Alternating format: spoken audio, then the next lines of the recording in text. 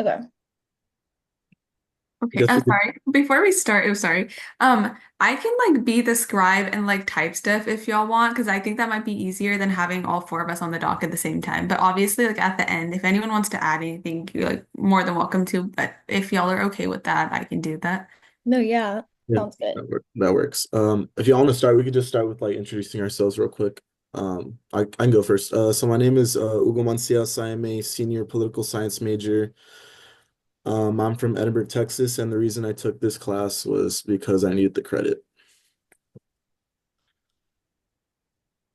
I'm Chloe Gray. I'm a junior agricultural economics major from Houston. And the reason why I took this class is because I needed the credit. And the geography class I took last semester, I thought that was my cultural discourse credit, but it wasn't. So I had to take another one.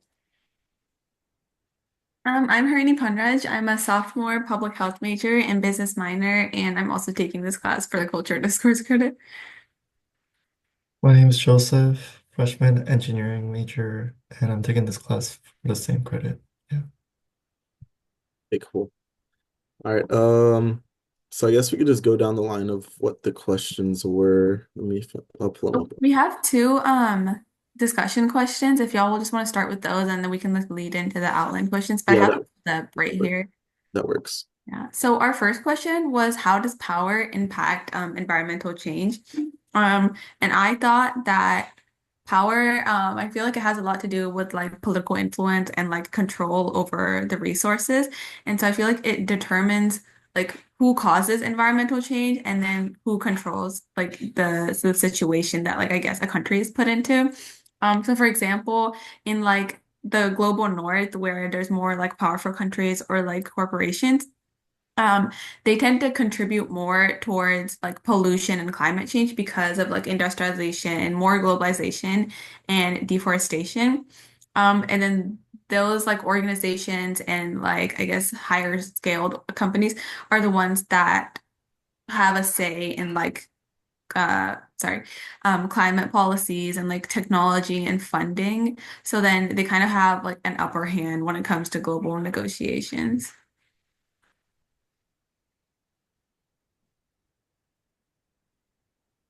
Does anyone want to go next? Yeah, to add on to that, like climate change is like intensifies the like poverty because like due to like water pollution, um like it creates like food scarcity. So like mm, yeah, just pollution. And I think that's like usually like attributed from the higher powers.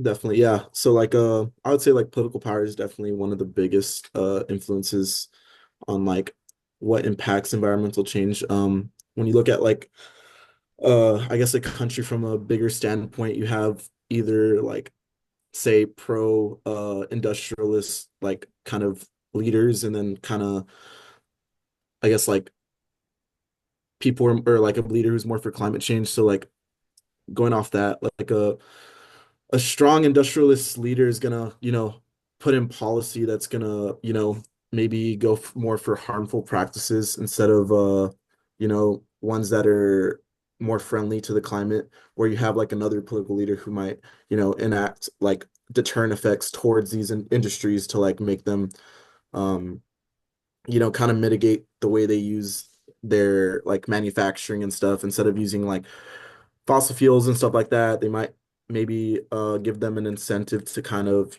push like other types of energy such as like maybe like nuclear power or like uh what's it called? Like windmills. I'm not sure what it's something like that. Yeah.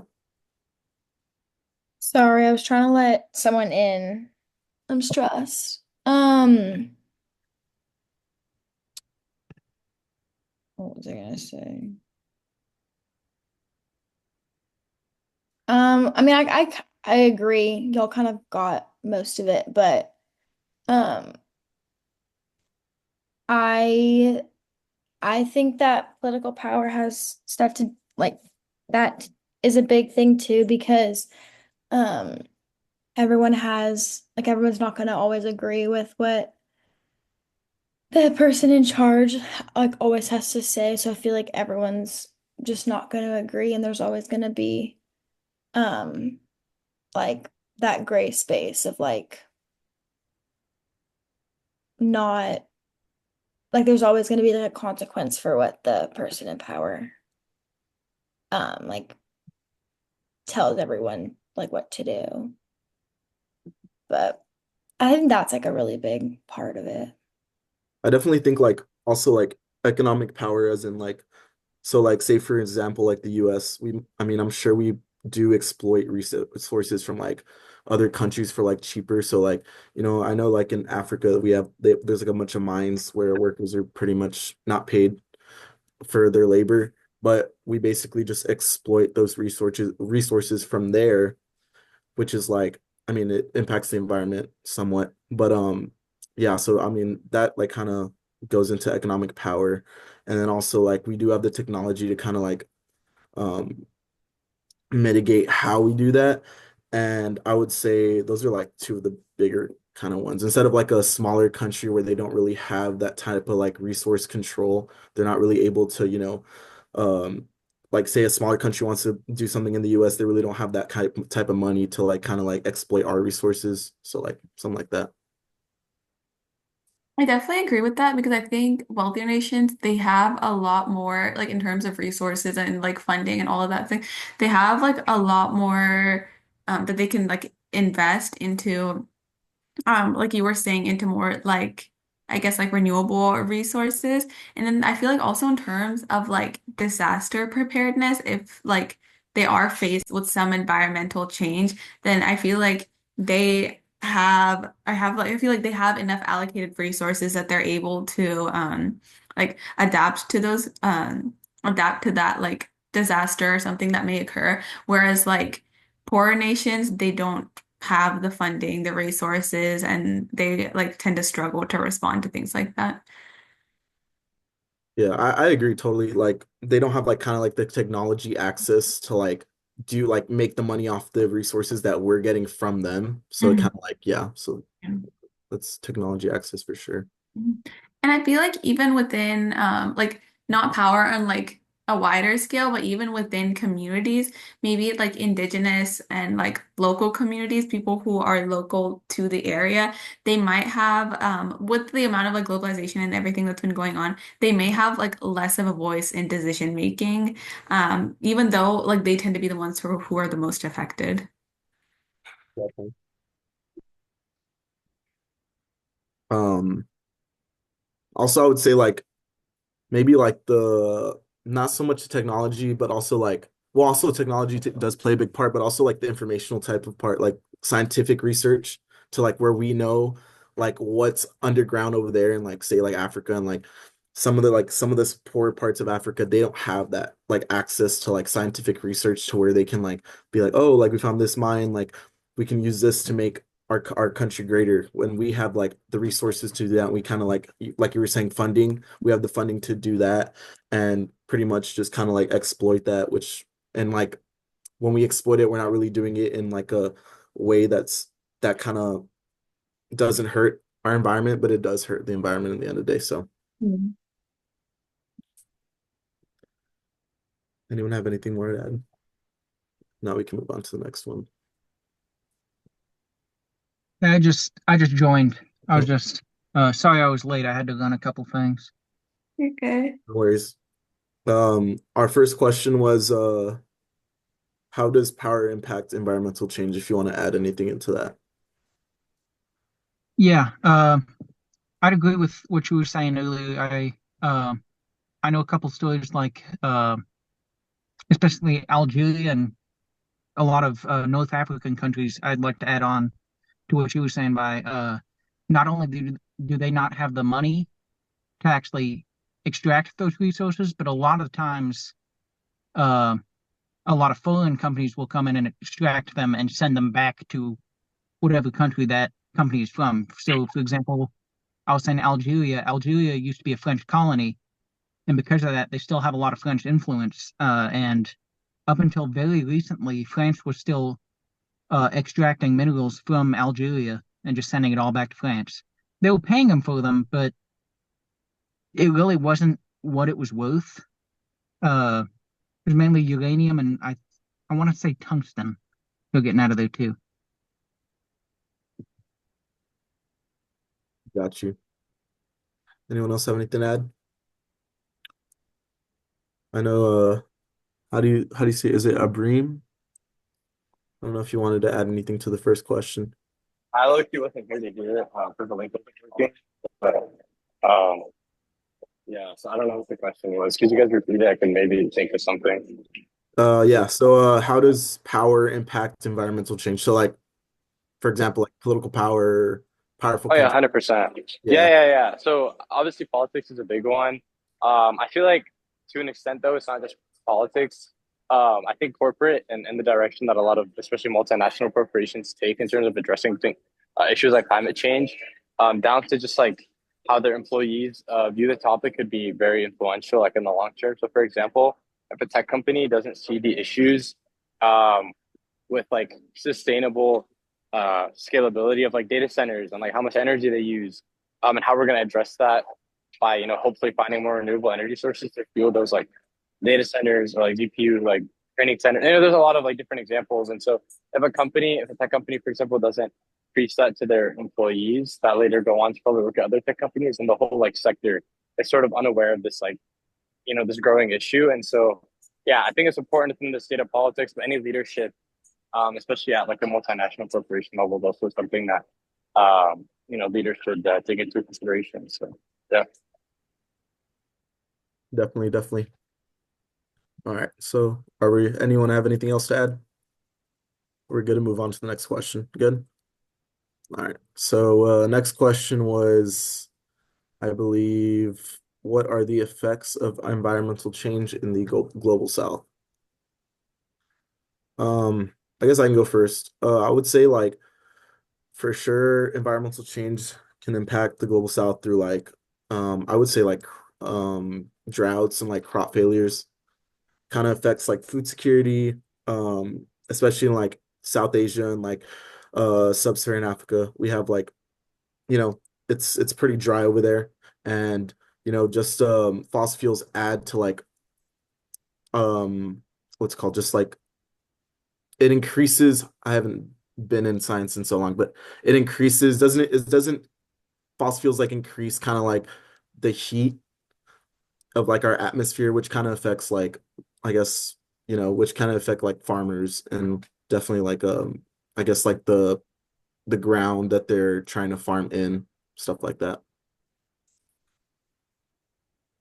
Some of the effects that I guess the environmental change has is definitely like health issues because of like the rising temperatures.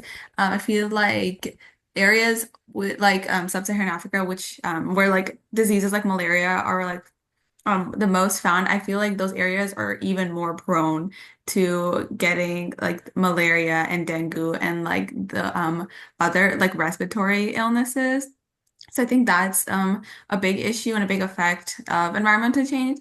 And then another thing could be like migration due to climate and because people may be forced to like leave their homes because of like sea level rising or drought or I guess a loss of income because of environmental changes happening in the area, which is going to lead to this displacement of many like local or indigenous people.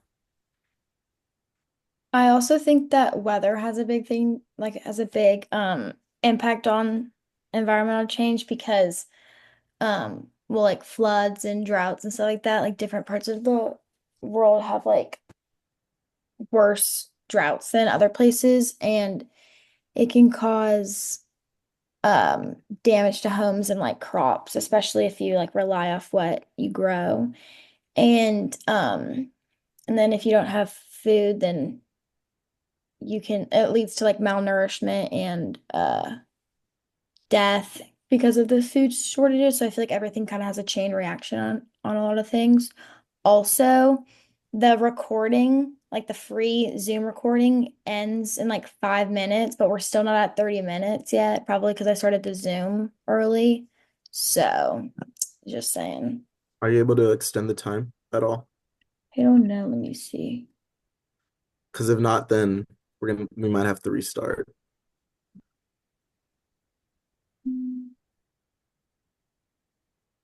Just because, yeah, I don't know if we could pitch a video together. I don't know, I've never done that before, but Yeah. But the I don't recording is still know. over 30 minutes, right? yeah, it has to be 30 minutes. Right. I think oh, you recorded late, sorry. Yeah, and we started like late, but yeah. We started, I think, at 4:20 or not, sorry, not 4, 9:20. 9:21. But you started the Zoom like kind of early, right? 9:05. Yeah. Oh, yeah, we're not gonna have time. We might have to restart it. Okay. If we have to restart, I might as well just restart now. Instead of Okay. doing. All right. Where do you think we should oh, do you think we should, oh my God. Like finish this one and then like do another one so we don't have to fully Sorry. restart. Yeah, so that's what I was trying to say. I don't know who was talking, but yeah, do you think we could just submit both of them so we have, because I feel like we've like Probably. got pretty good things in this, and then I don't No, want to yeah, I agree. restart. Yeah. Maybe you can just, if you're able to edit it, just crop out the part where we were like waiting. But I mean, I think it's only going to save the recording portion of it either way. So Yeah. Okay. we could just Yeah. pick up, like, maybe if you send another Zoom link, we Okay. just pick up where we left off. Okay, yeah, I'll do that right now.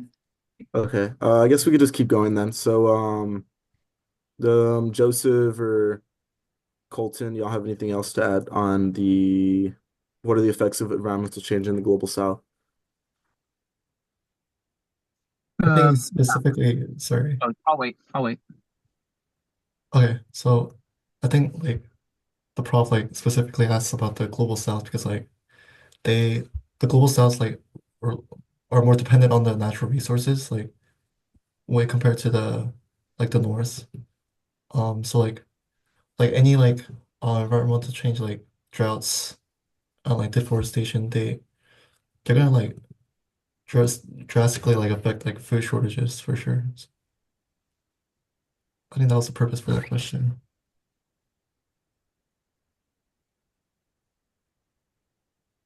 Colton, if you have anything to add. Yeah. I'm not. I got kind of another example. I think water is kind of becoming a problem because of this. The one example I know of isn't technically the South. It's like Sudan, but it pretty much applies for most of Africa. I just know Sudan is a pretty hot topic one for water. Uh, Sudan and Ethiopia have the water has been shrinking, like the amount of water they have for years now. So there's been propositions by both countries to build a dam so that they can keep a little more water to actually have water for the people. Now, the problem with this is if they build that dam on the Nile, now Egypt doesn't have like nearly as much water as it has now, which right now Egypt kind of needs that water as well. So I think going forward, as climate change starts to cause worse and worse changes, we're going to start seeing a lot more conflict around those, especially around water and stuff. It's happening, I know, in the Middle East, in both sub-Saharan Africa and Saharan Africa. I believe it's starting to happen in some South American countries. I believe Chile. So that I think is going to be a big problem going forward as well because of that. I know in Malaysia, which is just south of the equator, they're starting to have problems with their fish populations because of parts of global warming, which I think Joseph touched on that a little. Some of the indigenous people there are starting to get to where they just can't feed how many people they have because the fish are just dying off in mass. Because the second your corals go, which is happening because the oceans are acidifying because of the carbon we leak now, your fish start to go away with them.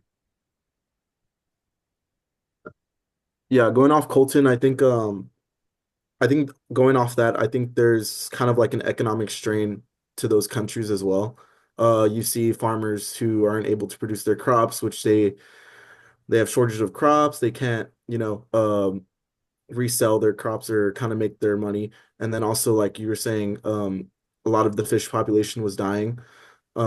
So fishers aren't able to, sell their fish or make less money because they're not able to catch as many fish as they would.